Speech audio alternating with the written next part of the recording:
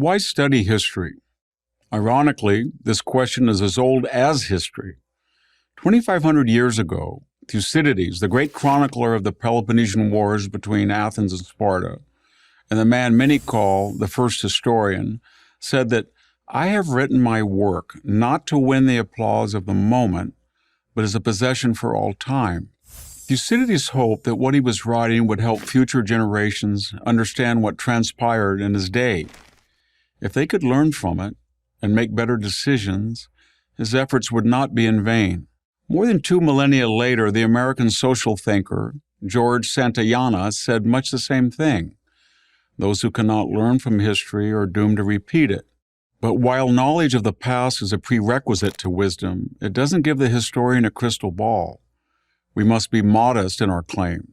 Studying history provides an invaluable guide, but only a guide, to current and future political, economic, military, and cultural challenges. Just as it is dangerous to be ignorant of past events, so too is equally risky to assume that history across time and space will repeat itself in exactly the same fashion. It never does. Still, with a proper caution, studying history can warn us of dangers ahead. For example, across the ages, appeasing or ignoring enemies has rarely proven to be a prudent strategy. Usually it's disastrous. The Greek city-state's coddling of the Macedonian king Philip II, the weak Western democracy's reaction to the aggression of Adolf Hitler in the 1930s, and the indifference shown to the dangers of radical Islam by an affluent West in the 1990s make this point. There is another perhaps less recognized value in studying history. Every generation, none more than our own, suffers from a pernicious presentism, the arrogance that those now alive have created the most prosperous period in history. The result is that too often we judge a materially poorer past by the same contemporary standards of an affluent and leisured present. Those who study history can avoid these fallacies. Aside from the fact that the present is the beneficiary of the accumulated intellectual, moral, and scientific contributions of the past, proper knowledge of the hardship of prior ages teaches us the value of humility. To take just one possible example, it might be an easy thing to chronicle what seems to us prejudices recorded among the Wagoneers on the Oregon Trail in the 1840s. It is quite another to imagine how the trailblazers struggled to survive one more day in an age without effective medicines, labor-saving machines, or adequate shelter. Studying history also confers much-needed perspective. It's neither fair nor wise to attempt to apply the moral standards of today to, say, the far more deadly 17th century, when life, in the words of English philosopher Thomas Hobbes, was solitary, poor, nasty, brutish, and short.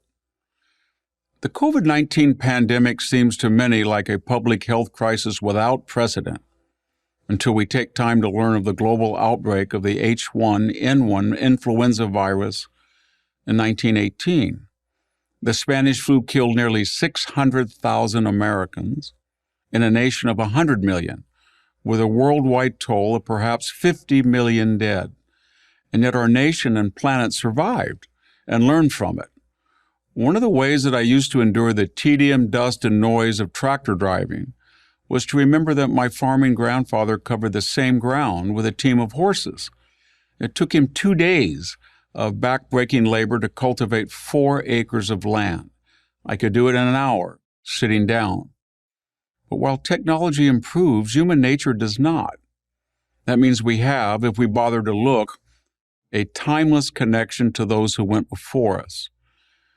Their struggle to make sense of life is our struggle.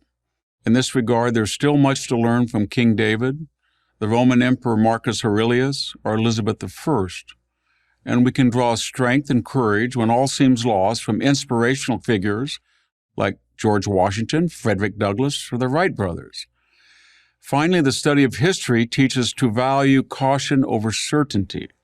We should avoid making judgments about who's good and who's bad as if we were watching a morality tale in the present. Major historical players like Julius Caesar, Robert E. Lee, and Napoleon were complex men who at points in their lives did some good things. That these efforts ultimately led to bad outcomes, made far worse by their own outsized talents, is one of the many tragedies of history. So why study history? Nobel Prize-winning American novelist William Faulkner summed it up as well as anyone. The past is not dead. In fact, it's not even past. I'm Victor Davis Hanson, Senior Historian at the Hoover Institution at Stanford for Prager University.